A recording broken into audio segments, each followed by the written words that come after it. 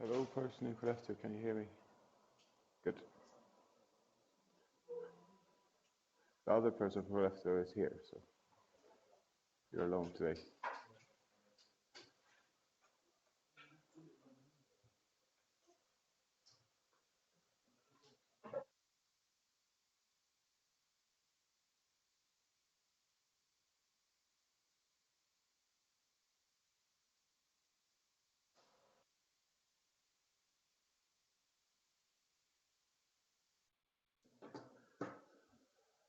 Okay, I think it's 1:15, so let's get started. By the way, take down this URL in Skellefteå if you haven't already. It'll be again in the break, so if you don't have time now, don't worry. But okay, you won't have time now, but I'll repeat the link later on before the video. Okay, so we're going to talk about two more, the last two, then we're going to discuss this quality attributes. So this is the last lecture in the quality attributes session. The next lecture next Friday will be on refactoring. And I'm going to show you really funny code, like really, really, really bad code. And talk a little bit about that and some tactics or some principles around refactoring and how to think and the procedure about doing that.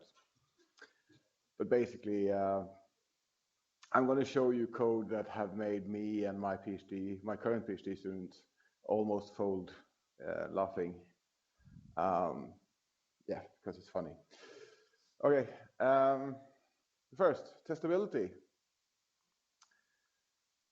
So basically, we're not going to have as much of a discussion for testability because I think it's fairly easy to explain. I mean, testability basically is making sure your software is possible to test, right?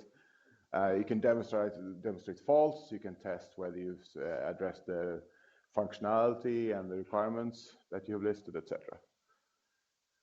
Typically, you do some execution-based testing. You can do black box testing, white box testing, and gray box testing. Hopefully, you're familiar with these terminologies by now.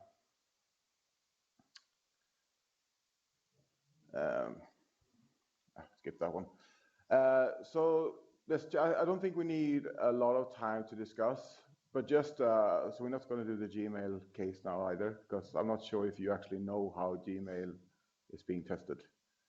Well, unit tests probably, but yeah. So let's just have a very, very short discussion in general about what the difference between software testing, like unit testing, regression testing, and integration testing, and all those things, and the quality attribute testability. And then shortly also try to figure out what kind of tactics you can use to make something testable and how to measure whether you actually made it testable. And in Skellefteå, you get to discuss with yourself at the moment. Hopefully that's okay. So let's take 1 or 2 minutes or so.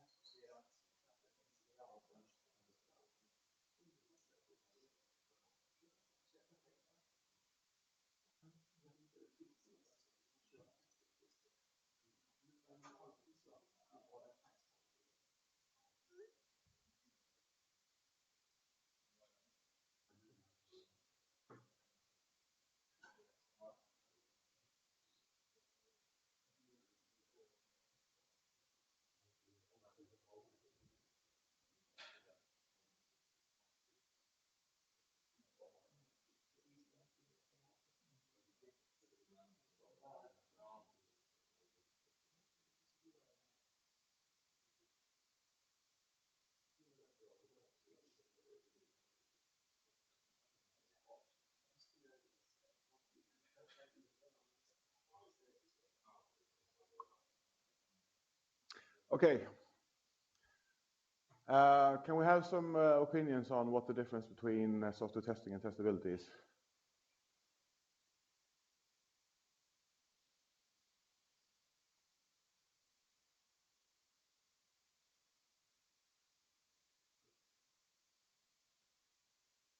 Anyone? I think I did cover it in the previous course for those who took that one. Although I didn't specifically mention that it was like a difference. So making software testing, of course, is the mechanism in which, like, unit testing, the regression testing, the integration testing, like the procedure of actually doing testing, right? And testability is designing your architecture to simplify such tasks, right? To actually plan how to test certain variables or certain modules or certain cases. So it's all about designing your code in such a way that it makes it possible to test it. There's you're going to see in the assignment, the testing or automated testing assignment, that some things are really, really difficult to test. Like if you want to go into the nitty-gritty details, right?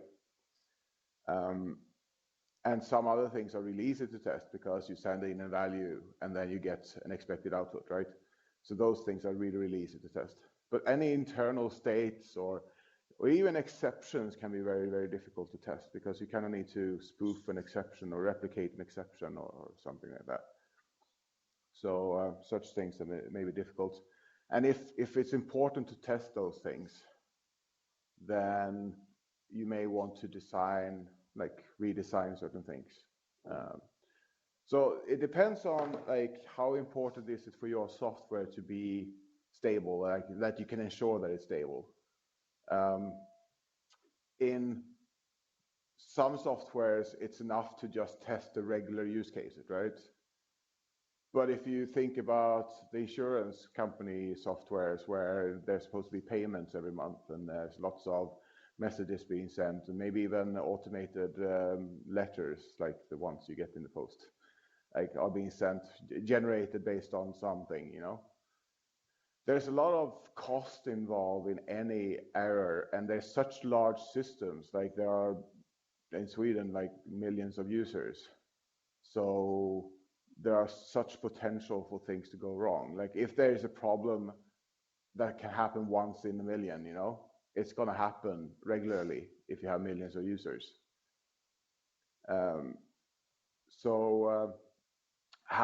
Being able to go through and test things, even minor details, might be very important. So that is about designing the quality attributes for designing your software to be testable or testability. So for tactics, I already got one suggestion from Koleftu here. Making the function classes doing only one thing, so you can easily know what is going on. Absolutely, that has to do about cohesion and high cohesion, basically. Reducing the complexity to make sure that one function is rather small, so you can test all the states. Because if there's too many different things going on in a function, it's very easy to test input versus output, right? But every internal state, all the conditions and everything that can happen, all the exceptions inside, the more things that happens in a function, the more complex it is to test those things. Any other suggestions for tactics that we can use? It's early Friday morning today, maybe. Well, not that early, but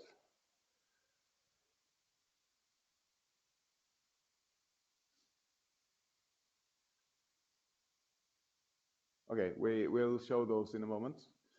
But typically, weak coupling and high cohesion are good things, right, in general for most quality attributes. So how do we measure if something is testable? Anyone?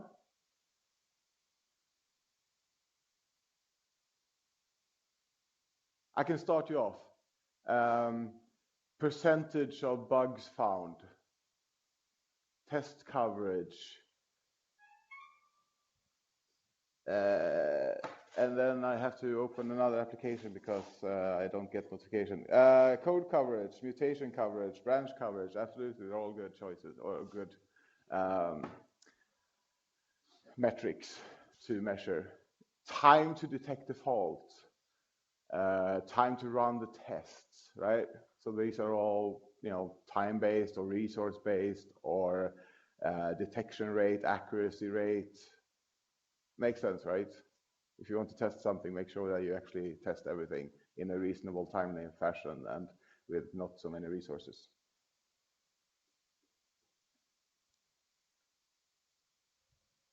Okay. Oh, you have one more? No, that's fine. I'm just not going to go through this entire slide in detail, but source, all kinds of testers. Stimulus, well, basically, whenever you have completed some module or some class, or you want to do integration or module testing, whatever, you do some testing, right? So whenever you do testing, that's the stimulus. Environment, design time, development time, compile time, integration time. Well, basically all the different parts when the system can be running, right? Responses, well, you execute a test suite, you capture activity that result in a fault, certain things that you want to do in order to ensure that you can replicate a problem and solve the problem. And of course, you want to log things even once you've deployed the software. So if there is like a crash somewhere, you can submit the log and you can collect data. So that's what's happening when you get blue screen of death. You get it, like it's being sent, some information might be sent or collected at least somewhere, so you can monitor it afterwards. Control and monitor the state of the system to detect any potential problems, etc. And response measure, yeah, we already mentioned effort to find a fault, effort to achieve given percentage, probability of revealing problems, time to perform test, effort to detect faults, length of longest dependent chain in test. So long chains are of course more complex to test and take more time to test. Length of time to prepare a test environment, another thing that could be like, that takes resources. Reduction in risk of exposure, well, basically making sure, I mean, you want risks at the design phase to be obvious, right? Because you can then design the software to handle those risks.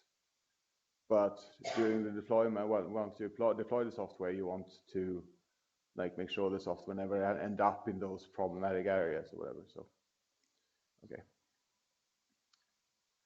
And just a typical like sample scenario. The unit tester completes a code unit during development and performs a test sequence whose results are captured and then gives 85% path coverage within 3 hours of testing. So that could be like that's how you describe the entire process of testing, I suppose, including with a metric. Okay, we already covered one tactic. Let's just go through this because I think they make sense once you see them, right?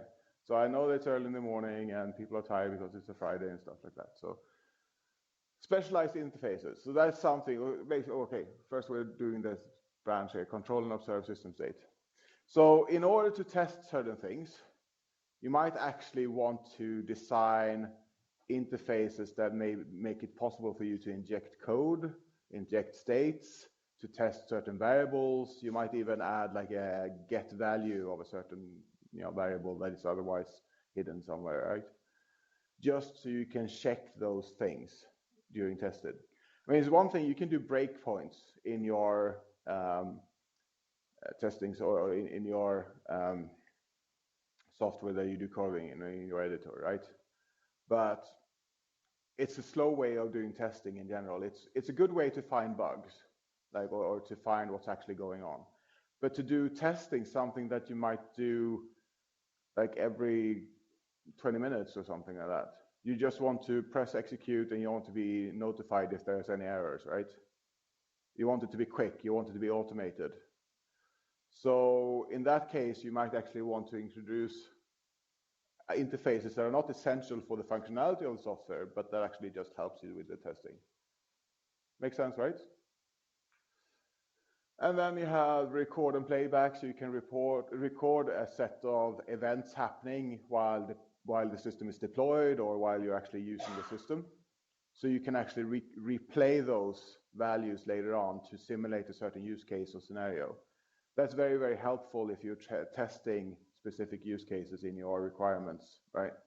So you play back first the door open. I mean, if you have a physical system, like with sensor data and stuff, you can replay the sensor events. The door opened, the person entered, the movement sensor was detected, the kitchen door opened, the fridge door was opened, and then the stove was turned on. You can replay those events, so you can play it back over and over and over. If there was a bug at some point and you fixed it, of course you keep the test because you don't want the bug to be reintroduced. So it's very helpful to have these records or records of events, so you can play them back and make sure that it keeps being solved. And for testing use cases. Localized state storage. So if you have a complex system and you want to be able to test a certain state, or in the future you want to start from a certain state and then do a record and replay thing, right? You want to replay certain events from a certain state. Then I think personally it would be a lot easier if I only had to deal with interfaces of one class. Like there was one controller in my system that handled like setting up the rest of the system. So I could feed it some input and I know the system was in a certain state, including all separate or parallel threads and stuff like that. If instead I would have to go, first I need to set that thread to be in a certain state, and then that thread to be in a certain state, and then there and there and there and there, it's very, very difficult to set such a system up. So if I can localize the states, like I have one interface to deal with setting everything up and making sure that it's like ready to be tested from a certain state, it's much easier, I think. Abstract data sources. It's very helpful if you're going to spoof some information. Like if you have an interface and you can use polymorphism to replace the real something with something else, right? Like, I could hint at something that would then solve a lot of the problems with your assignments, but it's part of the assignment. There is a case in your assignment here where there is an abstract data source, where it's very helpful to understand that there is an abstract data source. I will say no more on that, but yes, being able to replace something with a simulation that can simulate data is very helpful.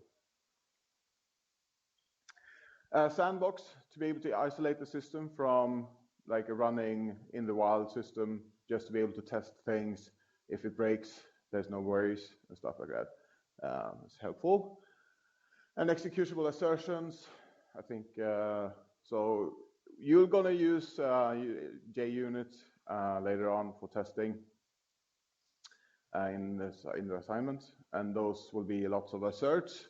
So you'll be after the assignment, you'll be very, very familiar with doing asserts, because you'll be doing quite a few of them.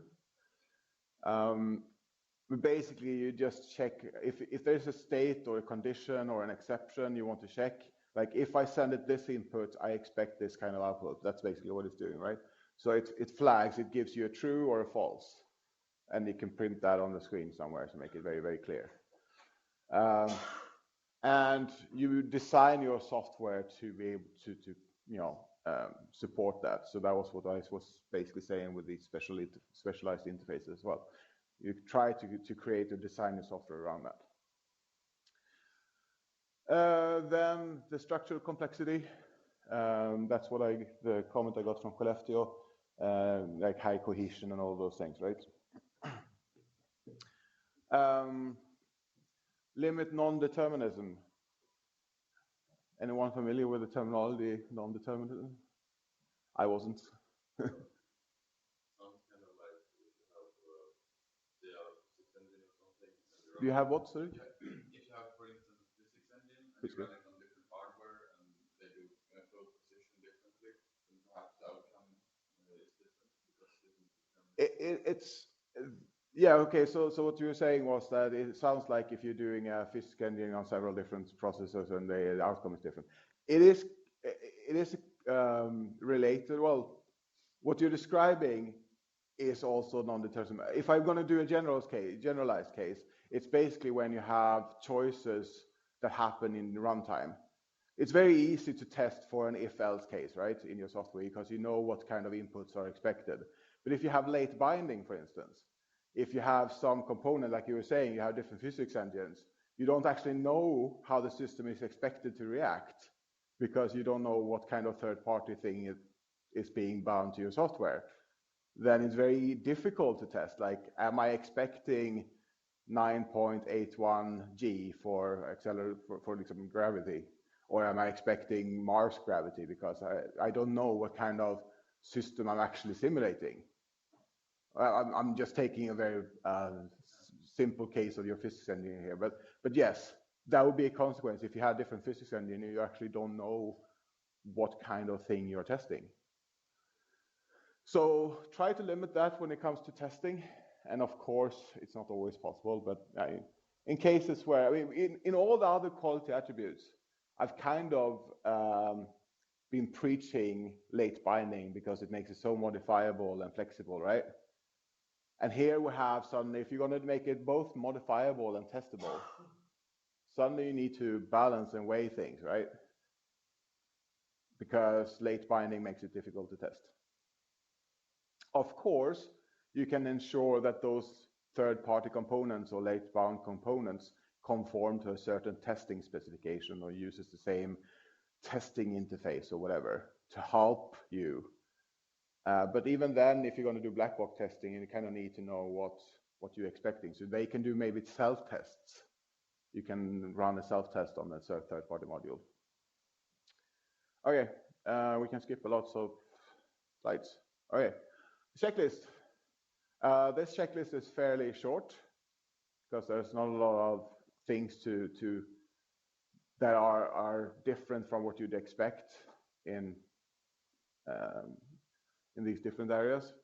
So for responsibilities, well, once you've identified the critical components that you absolutely need to make sure that they work, right?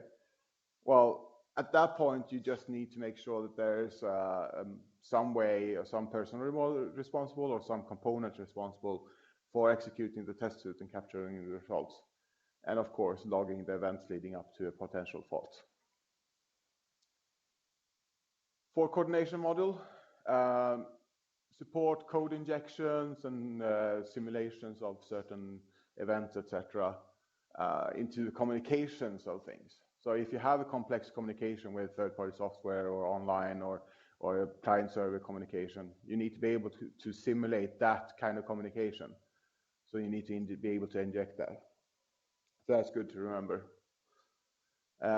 Don't introduce unnecessary dependencies on things. Again, reducing the complexity. Don't introduce this needless runtime choice like late binding, so non-determinism. Data model, make sure that you can capture all the values. So if you have important variables hidden somewhere inside your function and they are not affected by the input data, but somehow they affect the result somewhere, I don't know. It can be very, very difficult to test such a thing. Check those variables, etc. So make sure that you, again, design your software to handle those things, make it easier for yourself. And again, make sure that you can inject the state and use the right values for certain things. Mapping, make sure that you can test all the mappings that happen. So that might be mappings, elements, threads, processes, etc., to see where things go and if they work properly, if you can monitor the events and things going on.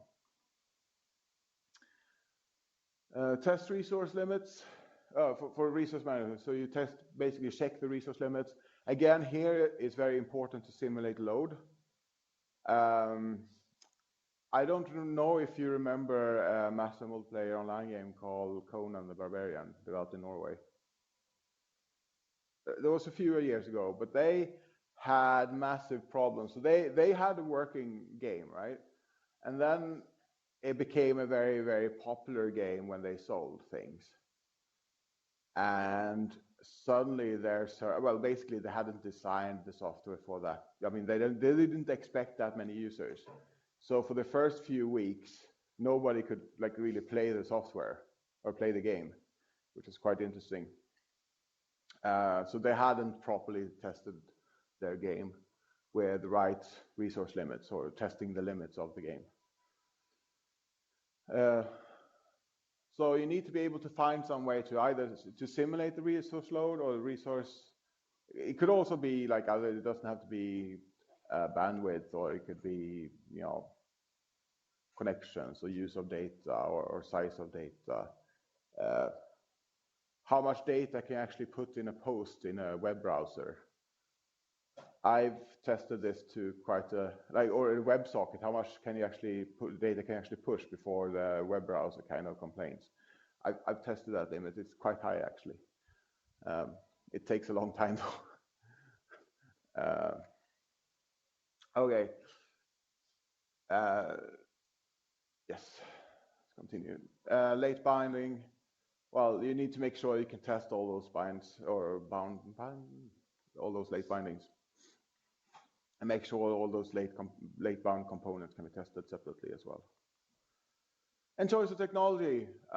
Just make sure that, well, if you can make choices, well, if your choices actually affect the way you can do regression testing or fault injection or record and playback of data, etc., then maybe paying a little bit extra for technology that helps you might be worth it.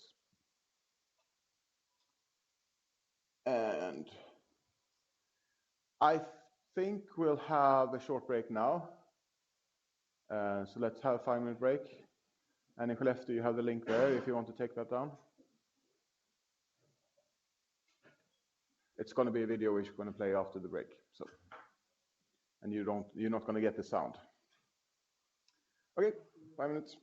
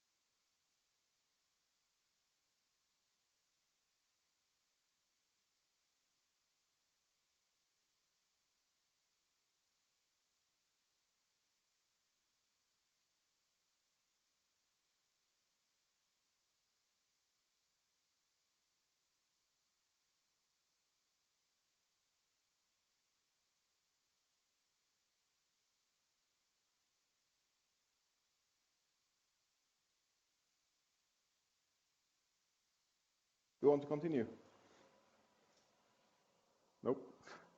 The people are shaking in Skellefteå. You want to go home? I'm going to continue anyways. Okay. Okay. We're actually going to start with playing this video, so hopefully you have it in Skellefteå now by now. So next one is usability, as you can see there. And I'm going to play the video now. Visibility of system status, or what's going on. This principle states that the system should always keep the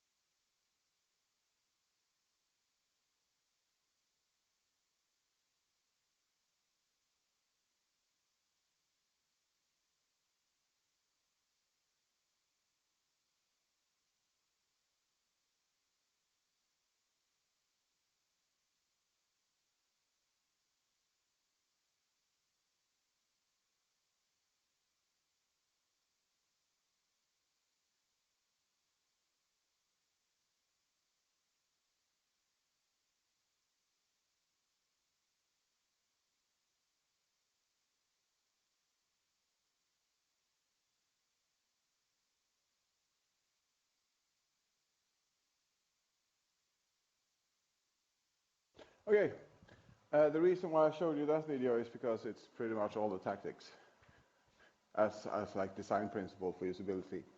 So usability is of course like how easy it is to use something, how clear it is, how much confusion you can avoid by having a good system and UI, etc. How much support it gives to the user. And the areas being covered by this, like learning system features, using a system efficiently, minimizing the impact of errors that we heard in the video, adapting the system to the user needs, increasing confidence and satisfaction. The last one is actually very, very important for acceptability. Like, I trust my software. These days, when it comes to web forms, I've become quite paranoid because at least if they expect me to write a lot of things. Sometimes I forget the field, or there's something like if you write for a long time, the session has timed out, and you have to reload the page. And of course, very few forms actually restore the text you've already written. So whenever I write something long, or like especially for EU proposals where you actually have to enter lots and lots of text, I have a separate document where I copy and paste, right? And that is because I've lost trust in these systems. They do not provide the confidence that I need in these systems, which means they are less user-friendly. If I knew that they always gave me my text back, or when I pressed back, it wasn't like, do you want to resend the form and stuff like that, and it cleared the form for me. If that didn't happen, I would probably not use the separate documents. So those are all like confidence, satisfaction is important. Okay, I don't think we need very long at all for this one. Like, what steps should we take to ensure that our end product is usable? Just like 1 minute, just a quick discussion.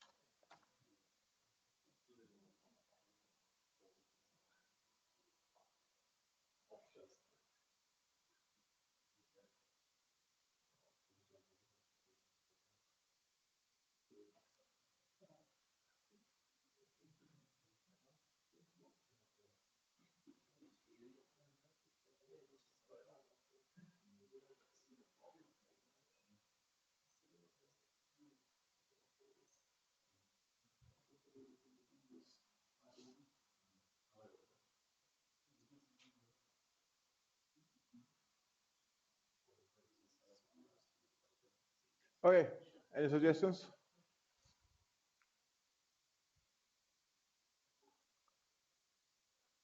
None?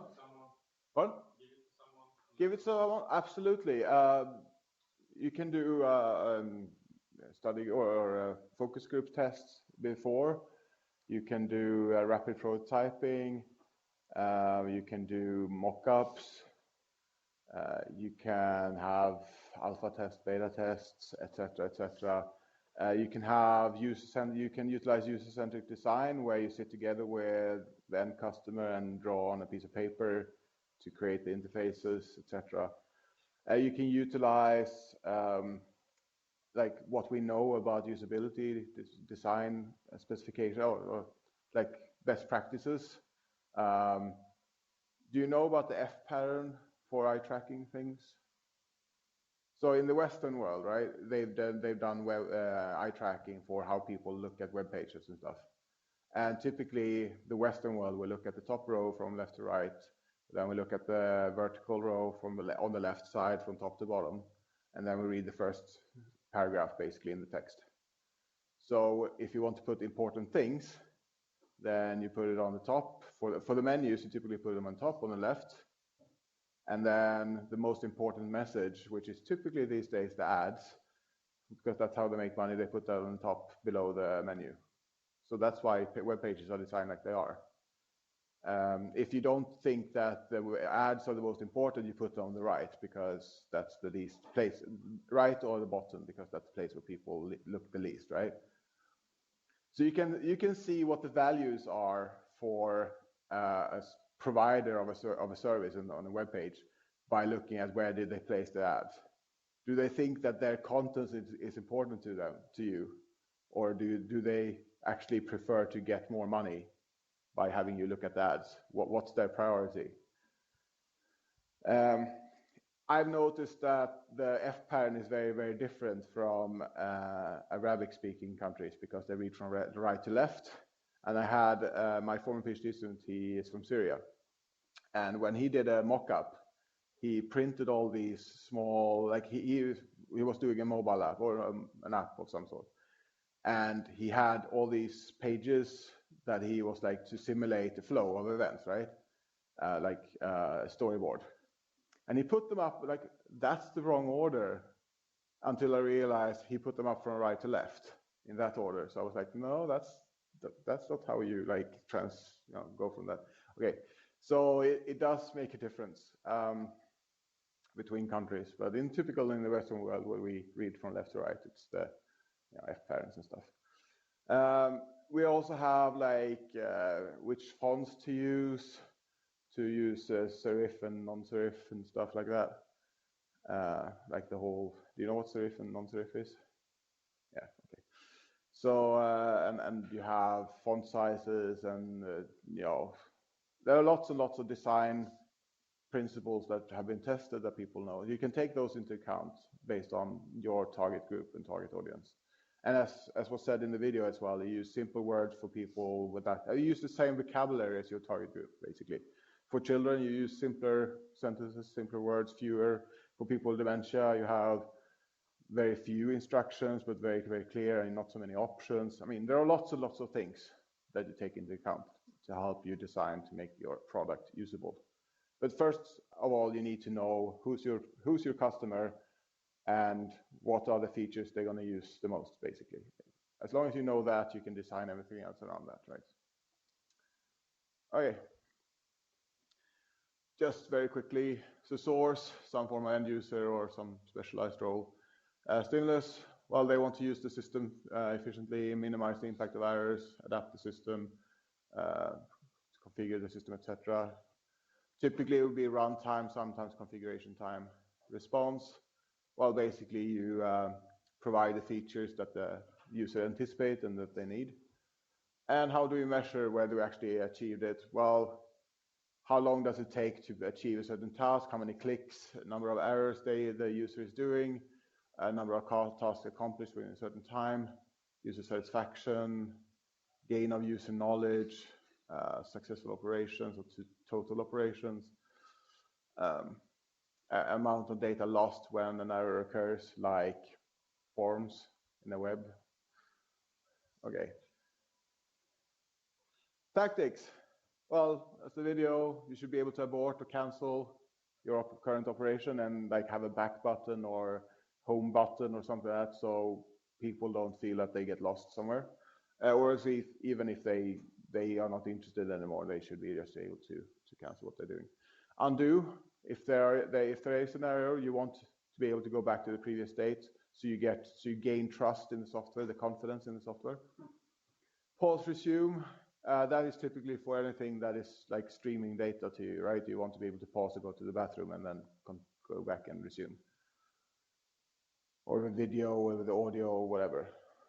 Not so much on a like web page where it'll last forever until you press next. That doesn't really matter. Aggregate, so you want to, it's basically kind of like cohesion, but with information. So if you're providing the user with a set of information, you try to aggregate the same kind of information at the same page and stuff like that to make it easy for you to access, etc. This other tree might not be as obvious, I guess, but imagine like a machine learning system which actually learns the behavior of things, or that can adapt to what's going on. So if you have a system that maintain a task model, that means it tries to predict what kind of task the user wants to do and can provide a sufficient support and help with performing those tasks, and maybe even perform certain of those elements automatically for you, or guide you through actually achieving that specific task, right? Maintaining a user model means understanding, monitoring the user, understanding what the user is, if they are performing, if they're doing any errors at the moment. I'm gonna look at my cheat sheet as well for anything else I must have missed or not. Oh yeah, and also understanding what kind of knowledge the user might have. If there's an expert user or if it's a novice user, you can adapt the information you present if you can create this task user model to adapt the system to the current user. And then maintaining a system model to understand the state the system is in, to understand what can be done at this current state. Expected system behavior, so that's kind of related to testing as well, like what is expected from going from here to something else. Giving the correct feedback to the user based on what's going on with the system. Like, for instance, we are currently experiencing delays, please be patient. Or currently the transaction system is offline, so you're not able to purchase something, but these features are currently online, so you can use them without being afraid of something, or, understanding what's going on with the system. Questions about this?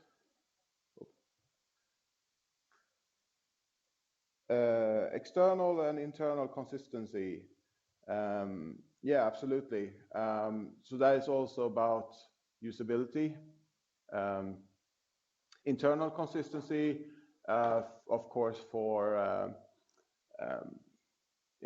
developers, for designers, and understanding to have the same, solving the same problem in a similar way. External consistency, to have interfaces looking the same, interaction being the same. Was that what you meant? Nod or shake your head? Not really? Okay, then you have to elaborate. You can elaborate on Telegram and I'll open that. Anyways, the whole consistency thing, regardless of what that was, if that was Jeremy was thinking about or not,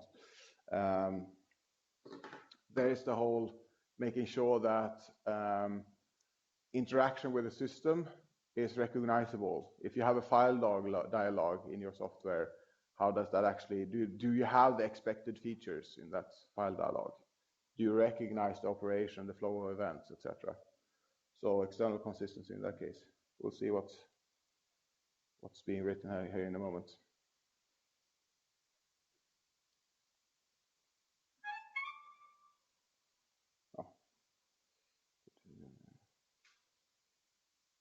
It's an interesting communication flow we have here. External consistency is if a user already used a software of the same kind. He would more or less already know how to do things in your new software. Yes, that's what I was trying to explain, but obviously failed at. Yeah, so being consistent with a certain product line, or recognizing, as I was saying with the file menu, like same kind of operation for you recognize a certain type of interaction. Okay, let's continue. The checklist. I might get another SMS in a moment, it seems. I see typing.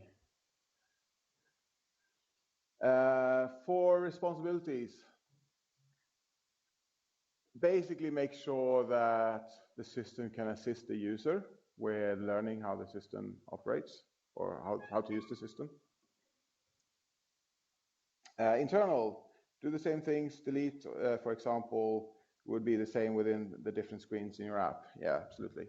So basically be consistent in the way you both implement things and the way features or functionalities work.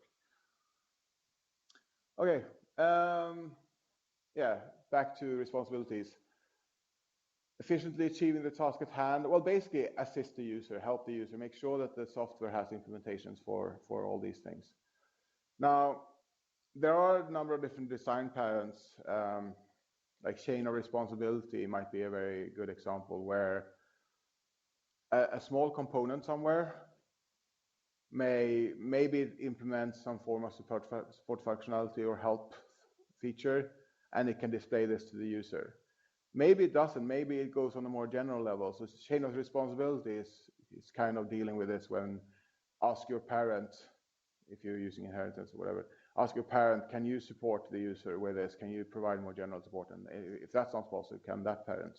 So you'll see this if you look at the videos I posted on design patterns. I try to explain how these things work. But there are a number of different methodologies or patterns that you can use that can support the user in a specific, very, very detailed task. Because as a developer, if you imagine being a developer or architect for a system, if you're going to do like a support or help feature that is general to the entire software, that support mechanism is going to be very, very complicated. And it's not going to be very easy for other developers to add new features, so modifiability is going to go down. However, if you localize support, if you localize, like I'm developing a very specialized class, right? And every support that the user might need, I also write that. Which means that I, the developer with the knowledge of what actually is happening or how you're supposed to operate this functionality, I also create that help functionality, and I can have, so as an architect, as a software architect, I can design interfaces, like every class should follow this interface where there's a help dialog pop up or whatever. And as an architect, I don't need to worry about designing a separate thing for supporting everything, right? So it's a good way of making something more modifiable and also easier to understand. So if a third-party developer or something goes into your code later on, it's much easier to realize, like, where is this happening? Well, it's localized to the class, etc. Okay, let's continue. Coordination model. Basically, if you are clicking on something, there might be a chain of responsibilities happening, and you just make sure that you get appropriate notifications to the user. It happens in a timely fashion, etc. Or same goes for canceling, that everything should happen in a good way. Is it getting too cold? I'll close the window. I don't think it's open that much, but it's cold outside today. Okay, data model. Make sure that you implement undo and cancel operations on the data. And I mean, there are design patterns for doing this as well. How can you support undo operations? So design patterns are very, very helpful in this case. About mappings, like what you actually expose to the user or to another developer. Because in most cases, you want to hide any complexity from the user, right? You just want to expose like the simple interface and stuff. But in some cases, like I expect it to be secure, and suddenly, and if there is a communication that is unsecure with some bank, or I mean, if there is some other communication to an external system, you might want to let the user know such things, because their expectations may not match what's actually going on. And if they've ever found out, it's going to be like lots of drama about this, right? So in some cases, you might actually want to know contacting the bank or contacting remote client or whatever.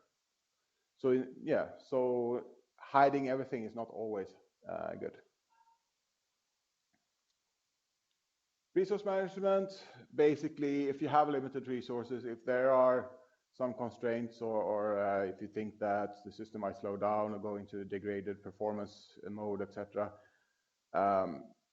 Basically, prioritize which tasks can be performed, notify the user appropriately, like if there are delays, notify the user so things can be done in a timely fashion, or you get feedback when you expect feedback. You can use the software without unexpected errors, etc. Binding time, make sure that it doesn't make the system more complicated, basically. Make it easy of use. And technology, well, is the technology you choose user-friendly? If you pick a framework, maybe you get the interfaces for free with it, and maybe those interfaces are not great. Like, just make decisions that are good. Okay, so that was usability. I'm gonna just show you a list of some other, so we're not done with the lecture just yet, but we don't have that much left. So other important quality attributes, unless you had any questions about usability. Okay. So here's a list. I do have descriptions on each of these on the next few slides, but I'm going to try and avoid looking at those because I'd rather just explain it in words. Variability. So imagine you have a product, and the product is sold in red, green, and blue, and purple. Those are variables, right? So it's related to modifiability, but there might be small changes or small alterations. There's in the game, there's a deluxe version, there's a regular version, there's an online version maybe. So there are small variabilities, so that's variability. Portability, porting the software between Mac OS to Linux to, portability. Development distribution, it's something used a lot in the EU projects. Basically, can you divide the software into development, like that development team develops that module. So you actually might compromise the optimized design for the purpose of actually being able to distribute the development time between persons, right? But that is often used.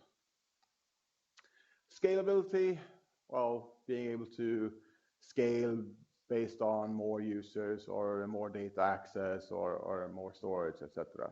How do you cope with,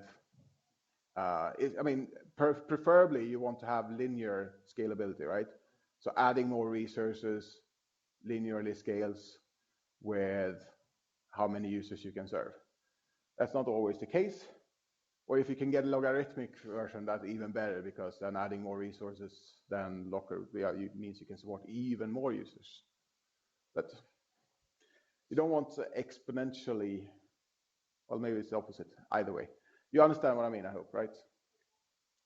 Deployability, something that I've failed with many times because of sensors. How easy is it for the system to be deployed? If you rely on hardware, it may actually be quite complicated. If sensors in the environment and stuff, you need to place things, and you might have to go in there and replace the battery every now and then, or plug it into a wall socket. And if there's a wall socket, you need to actually place the sensor near a wall socket or run cables everywhere, etc. So it might take time. If we're just softwares, how easy is it to install? I would also include how easy is it to uninstall the software. Mobility, it deals with mobile devices, different interaction modes, gestures, touch screens, screen sizes, not having a keyboard, etc. Monitorability, being able to monitor the software states. I'm gonna see if there was anything else with that one.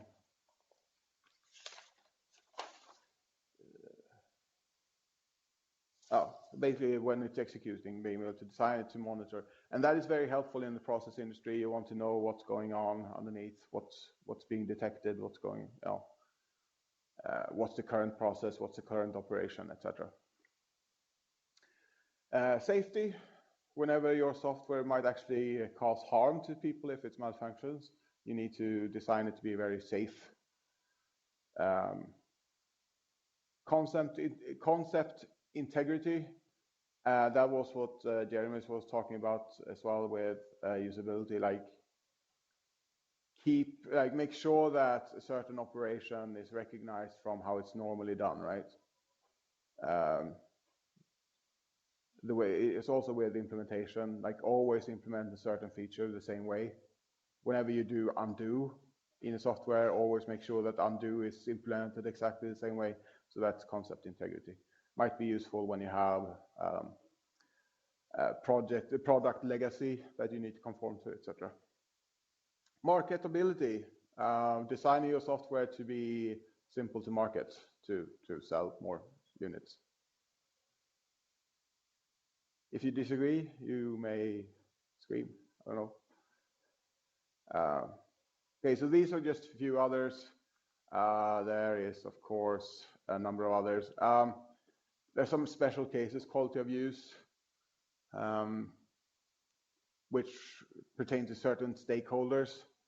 Some stakeholders might prioritize certain aspects of your software, like effectiveness or efficiency or freedom from risk, etc. There are physical systems which have other types of quality attributes, like weight and size and electric consumption, power output, pollution output, weather resistance, battery life, etc., etc. So those are also quality attributes. I haven't brought them up here because this is software engineering, right?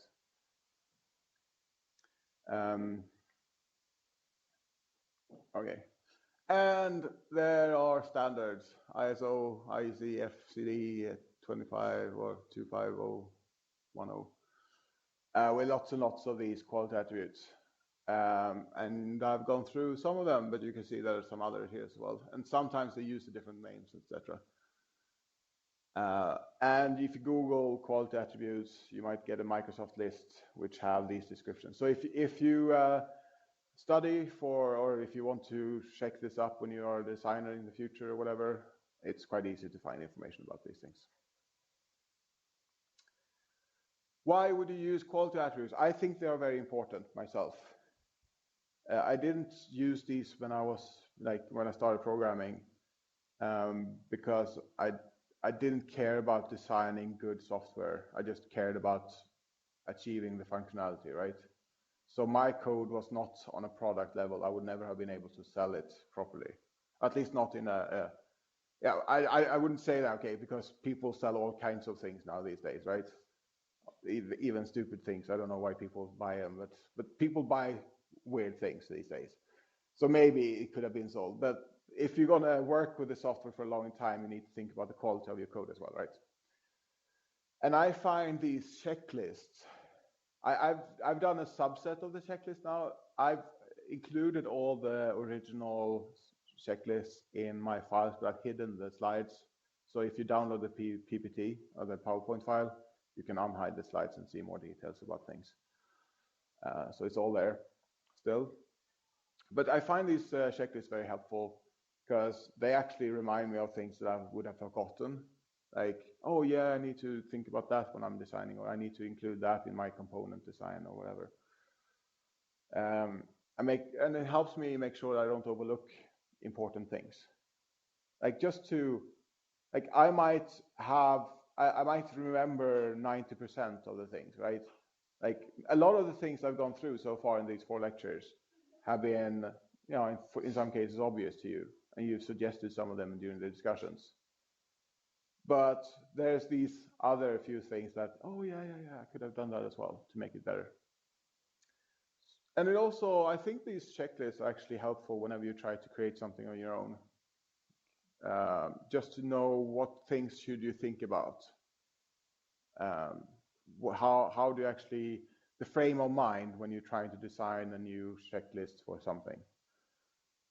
So quality attributes are concerning your domain, your industry, your organization, your product, etc. Some disadvantages, of course, there are some of those as well. There's not a complete list. There are things missing. And sometimes people start arguing about like the checklists or like should we do this or that, or what's the priority. And there's also this problem where there are lots of quality attributes, and if you're going to take all of these into account, is it okay to forget about one, or should we always use them? I think it's up to you if you end up doing design of software, like how far do you want to go? But you could see it as a disadvantage, like there's too many choices, I guess. And what about those quality attributes that are not covered, that don't exist? I haven't seen, well, actually there is now a few for sustainability, because I've supervised 2 master thesis projects that developed quality attributes for sustainability. One from the green perspective to make it more environmentally friendly, for development, and one from a perspective of Scania. They have to, whenever they release a new truck and stuff like that, or a lorry, they have to support the electronics and software within these lorries for 20 years or 30 years. So they actually look at sustainability in terms of being able to simulate or update softwares. So they need to keep the development softwares, the compilers, the design softwares. They need to keep track of those somewhere so they can actually install them again and repeat. Like, how do you actually make sure that the data format you use is valid in 40 years? Like PDF, will PDF files work in 40 years? Like, do we have PDF readers in 40 years? Do we have, like, I'm trying to remember now the movie files that existed when I started university in '96. And I guess you've never heard of some of those files. Like, I'm just trying to remember. I've even forgotten them. They're never being used anymore, right? So some files, they're forgotten. There are no readers for them anymore. Not everything like exists. There are even entire research, like we have a research group in this university that looks at just sustainability in terms of storing digital documents, etc. Anyways, that was a quality attribute. So you can design what's the tactics, how do you think about things like that. Yes, we had computers in '96. I got my first computer. It was an 8088 with two 5.25-inch disk drives and no hard drive, and that must have been 80 something. I don't know, a long time ago. It had a green and black monitor, two color. Oh, I mean one color really, but okay. So anyways, when you design your own quality attribute, if you want to go through the entire details, model quality attributes, assemble a set of tactics, and do this checklist. It actually does help, I think, if you have lots of developers, you can actually give them like a design document. This is how you should design your code, or this is like the value, the values are put into this quality attributes. This is what we should achieve. So there are lots of quality attributes. There are some of them that I haven't brought up now. And I think that you should be feel free to develop your own quality attribute. I think if you work in a company that constantly works towards sustainable development or green development or whatever, or some other quality attribute, it's worth designing a quality attribute for your company, because you can reuse that next time you design your software, etc. So it's a one-time effort that you spend weeks or months on, and then you reuse it over and over again. And you can, it can be an iterative process as well. You can add things to your quality attribute and your tactics, etc. But it's good to have this focus, I think, in the beginning at some point. Okay. Some information about the course. We have a deadline, I think, on Monday, right, for assignments, the design assignments. I hope that is going well. If for some reason you are not done yet, and it's because you've been sick or there's some other problems, I mean, it's not the end of the world if you miss it, but please do inform me. I do have a PhD student who's helping me with correcting the first assignment, because it's quite a lot of work. So if there are lots of late submissions, it's going to be very difficult for me to give him that work, right? So I prefer to get them all on Monday. But don't feel like you have to sit up on like a 2 a.m. on Saturday night and do this. I'm a kind teacher, I hope. But yeah, the deadline is Monday at 5. So yeah. For the next assignment, which is the design patterns, there are videos in the announcement section in Canvas. You can watch those, and then you can take part of the material online, etc. It's not a very long assignment. And next week we have workshops. So Monday I'll be in Skellefteå. For Tuesday, Wednesday, we're going to flip the groups. So the people who came Wednesday last time will be on Tuesday this time. And the people who came on Tuesday last time will be on Wednesday. Just so you have, because one goes to 6 p.m. and the other goes to 4 p.m. So it's, people don't like staying until 6. Although we last time, I think we ended at 5:20 or something like that. Okay, and then the lecture on Friday is going to be on, I believe it's refactoring. Any questions? Have these quality attributes lectures been valuable? Some nods and some hesitant people, it's okay. You get tougher as a teacher to take criticism. I think that personally I like them, but it's difficult to teach them because lots of theory. I try to ease it up with simplifying my slides and having small discussions. Hopefully you got something out of it. If you have suggestions on how to improve them, I would really appreciate getting those because I'm giving it the next year again. We'll find it interesting when we'll get your hands dirty. Absolutely. Once you start practicing, you actually have to implement things. Hopefully you're like, oh yeah, quality attributes encoding. That's what the aim is. Like it should go into practice. And you should, in first assignment, you should actually be able to detect what quality attributes have been, how the software has been designed with, right? So that is part of it, but also when you develop them. But yeah, and we'll also have a discussion in the end of the course. So if you have suggestions, then please write them down or send me an email or an anonymous email or whatever. I would really appreciate any help I can get. So thank you for today and have a nice lunch and weekend. Bye, Skellefteå. Bye, Jeremy.